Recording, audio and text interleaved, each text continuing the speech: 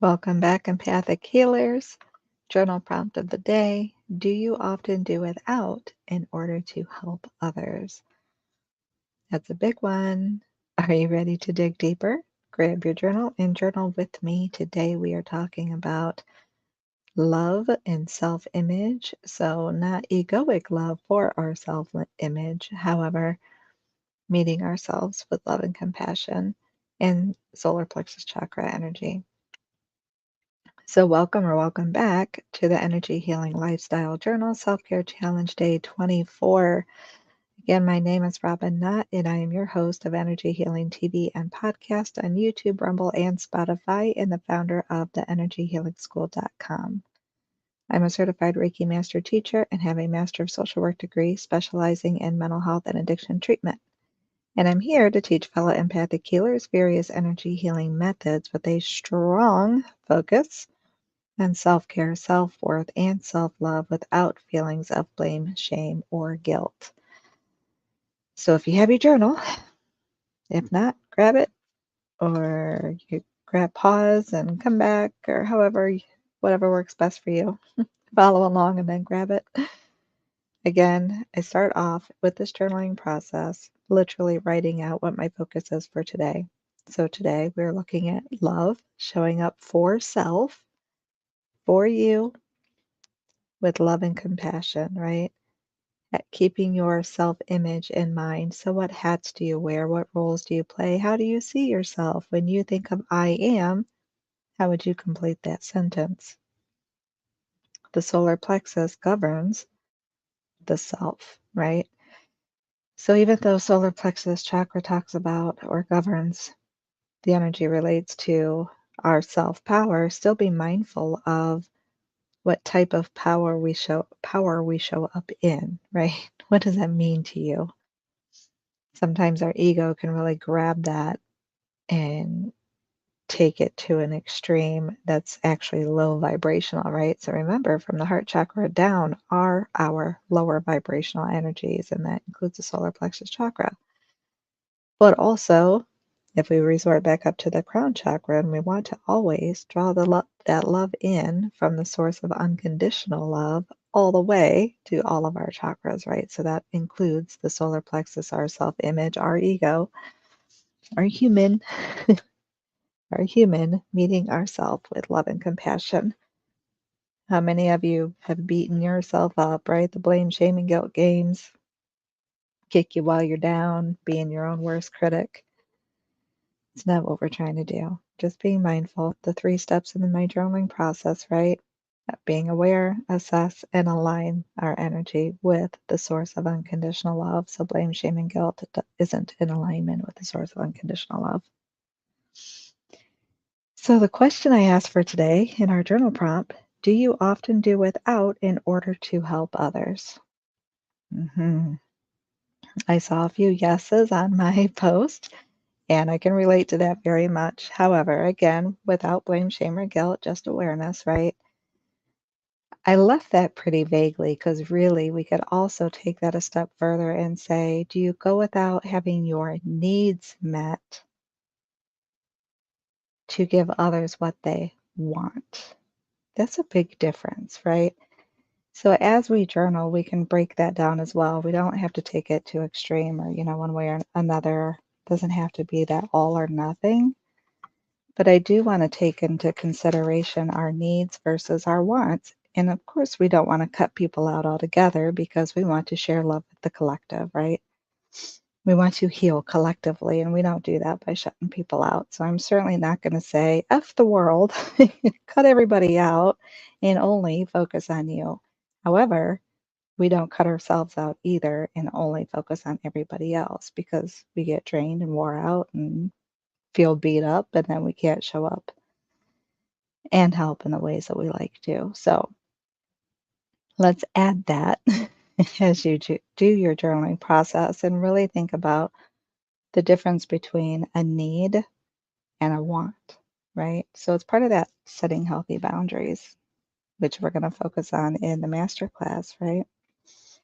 So what would you consider a need And that may be different for different people because other people have needs as well. But sometimes we say need and it's really not, right? Sometimes we say, oh, I have to have it. I need it. And we really don't need it.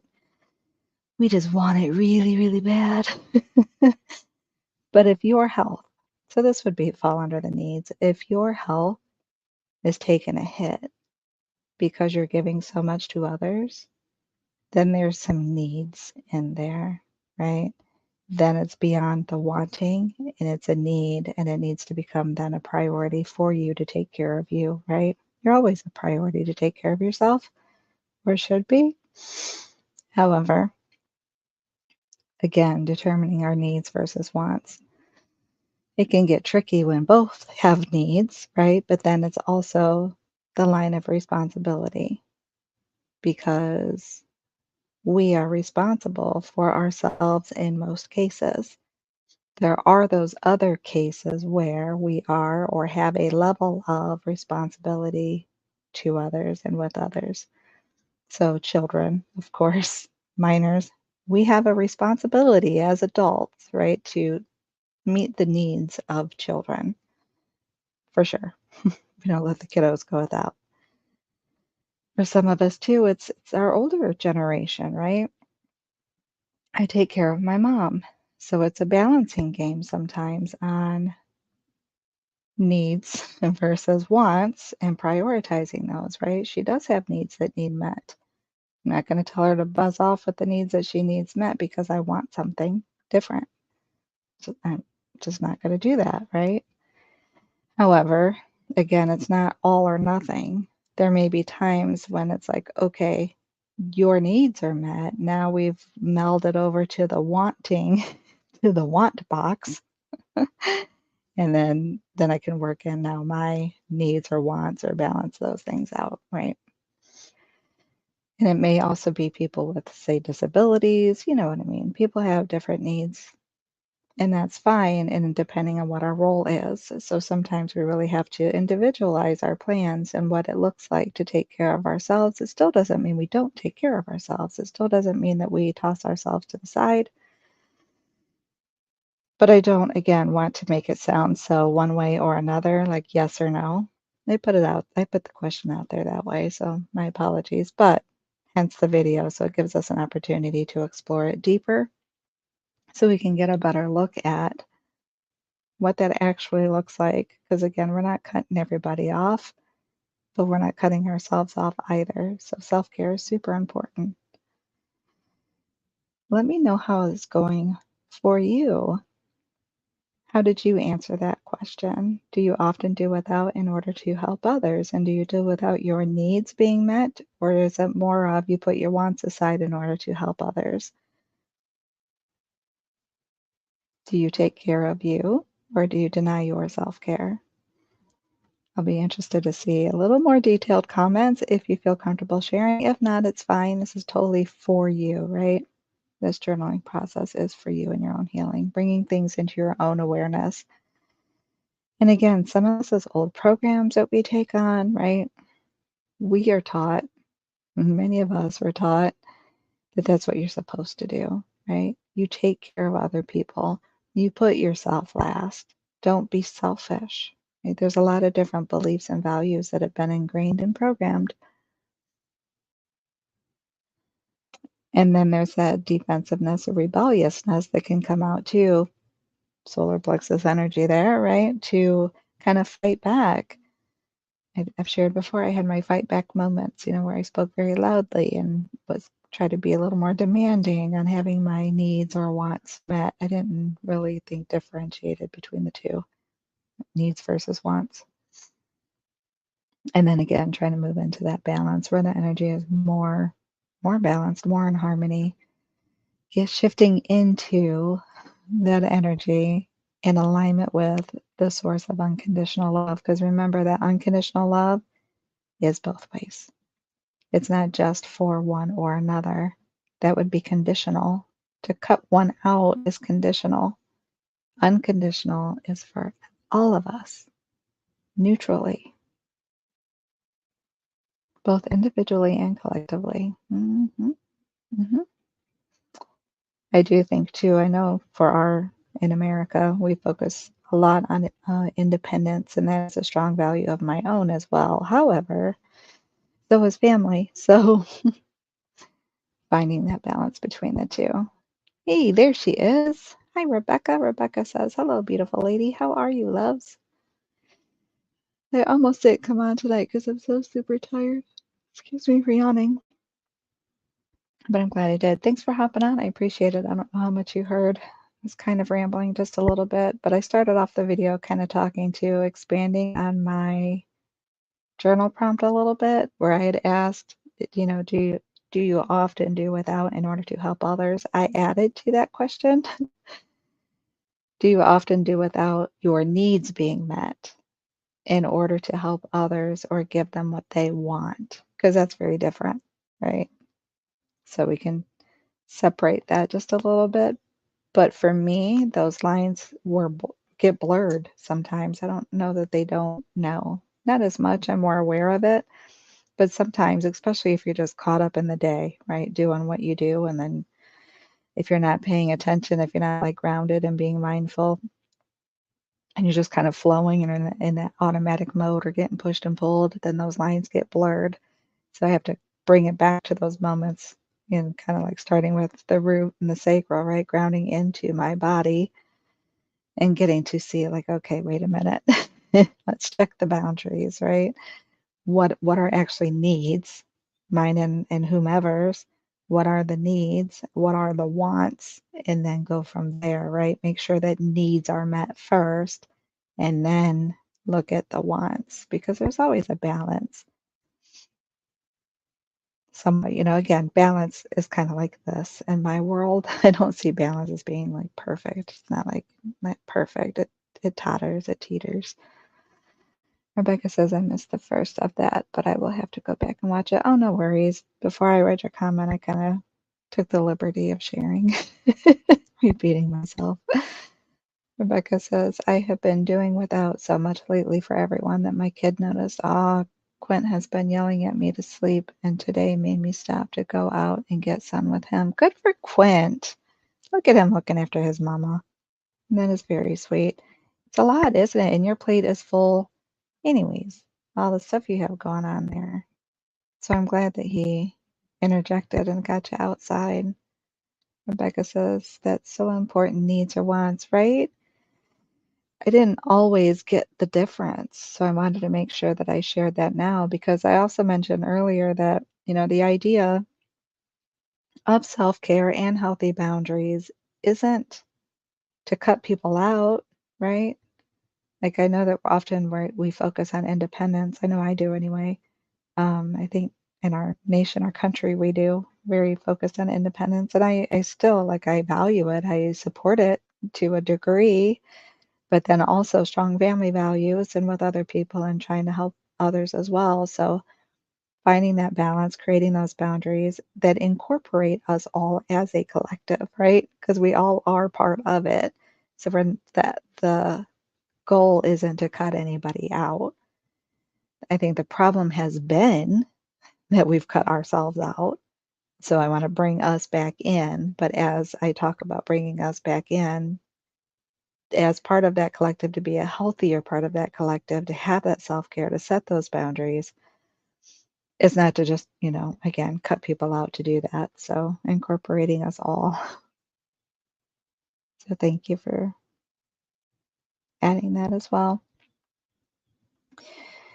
So do you often kind of get to make that differentiation between the wants and the needs so then you can prioritize for yourself, or do you get just kind of caught up in the all that you have to do and just keep on going at it? So also, you don't have to answer right away, but this is part of our homework, right? Which I call homework, which is a continuation of the journaling. So I know, Rebecca, you're probably like, yeah, not going to do that. More stuff to add to your plate. But you took time to come on here, so we got to have a little verbal journaling process, right? But homework anyways, for anyone else who's tapped on the live or comes back for replay, check in with yourself. You could do that without at any moment, right? It only takes a second to check in with yourself. Sorry, I could hear something. Only takes a second to check in with yourself. And then ideally, journal on what comes up, right? So ask yourself that question. Do I often do without in order to help others? Yes. In what ways? We can start to list out what ways. And then as we list out what ways, that might help us see and start to be more aware of the wants versus the needs, right? Am I focusing? Am I just making everybody's wants more important than the things that I need?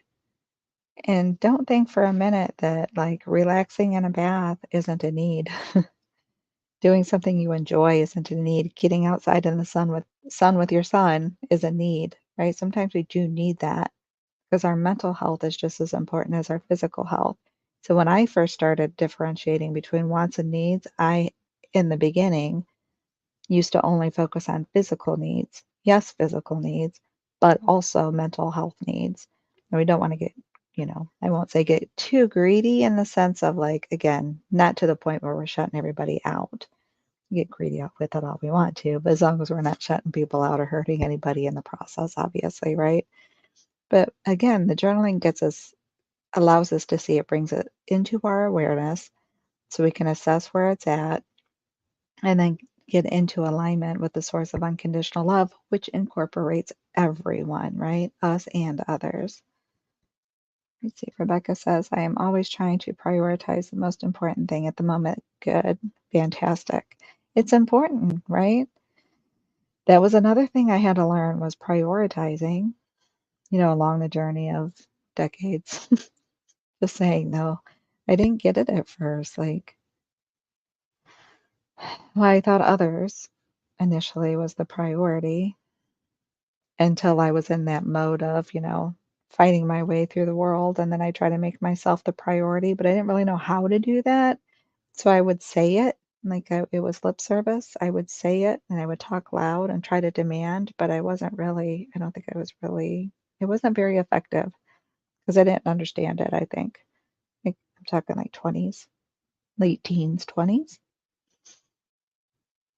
So yeah, getting to see what is a priority to us in reality, like across the board, and we could take it down to like you need water and you need food and you need to eat, but that's seriously, right? Sometimes we run ourselves so thin that we don't. Or if we give all of our money away, then we don't have money to pay for those things that we need as well. Or if we're always doing things for free, then we're not making money, right, to pay for the things that we absolutely actually need. So that's a great point. And I'm glad that you focus on that. So continue to check in with yourself. Again, journal on your awareness or journal. Just ask yourself the question and see whatever pops up, even if it seems completely, the curtains are brown or I should have done laundry today. Doesn't matter, write it down. Just write it down, free flow. Allowing yourself to do that in the journaling process will help you bring whatever needs to come up into your awareness. You'll get to see where your mind goes, where your thoughts are at. Maybe you didn't realize you had laundry on your mind, right? But there it was. It popped up when you asked the question. Or maybe you're like, oh man, I forgot I had to do that. And now you remembered because you were focused on other things, right? And then you do that assessment. Is this in alignment with the source of unconditional love? And if it's not, what is one action step you can take to get there? And that one action step for this one, I would say, journaling absolutely is one, of course. Checking in with yourself is another. But doing something for you, even if it's getting outside in the sun. And Rebecca actually, I still remember this so clearly, Rebecca, when I worked at the North Center, a mental health facility, and I was stressing, a lot of things going on. And Rebecca's like, just 1 minute, do a 1 minute meditation before you go in. And what a difference that made, just that 1 minute, right? Just to stop, be present, breathe, 1 minute, good to go. It's amazing. Give yourself that 1 minute. So, in case you forgot that, Rebecca, when you're doing homework and you're running kids around and you're doing all the things, that 1 minute does make a huge difference. Rebecca says that honestly is a real issue. I mean, I have to eat while doing work now and sleep in small increments. It's getting crazy. That is rough. Yeah, I remember those days. I don't miss it. Again, mad kudos to you. I don't. I said that before and I always joke about it, but I literally don't miss it. I can remember thinking back, like, how in the heck did I do that? Like, go to work and raise kids. And I mean, they were teenagers, thank goodness, by then. But I say that, but I don't know, teens are hard too. And then you go to school and then you have studies, and studies take a lot of time. And then you're trying to sleep, and then you're trying to do their homework, and then try to. I don't think I slept hardly at all when I was in school. And it does affect you, definitely. Your mental well being, your emotional well being, your physical well being. Rebecca says that 1 minute can really change a lot. It really does. It's amazing. Rebecca says, thank you for the reminder. You're welcome. It's- I'm happy to repay that back because I could still remember that sitting in my Jeep, like looking at the view at the Nord Center. I very clearly remember when you brought that to my awareness. I was like, okay, yeah, that 1 minute meditation, and it makes a big difference. And we can all find that 1 minute, right? Even if it's when you're in the shower, you're taking a bath, because how often do we get in the shower, take a bath, and the mind is everywhere else? What I have to do, getting ready for the day. Did I forget anything? Right? The mind is already 10 steps ahead or 100 steps ahead. And even in that time, you're in the shower. You're not going anywhere yet, right? You're not going to lose anything if you focus on yourself for that 1 minute and just feel the water and just breathe, right? So before I wrap up, again, if you haven't already signed up for the Empathic Healers Masterclass, a step-by-step guide to set boundaries and protect your energy, check the description. The link is there. Please do that. You will get it's not till November 20th, but go ahead and sign up, and then you'll get the reminder as we get closer. And then meet me back here tomorrow to talk about forgiveness and transformation in the heart chakra. Again, Rebecca, thanks for hopping on and participating in the chat.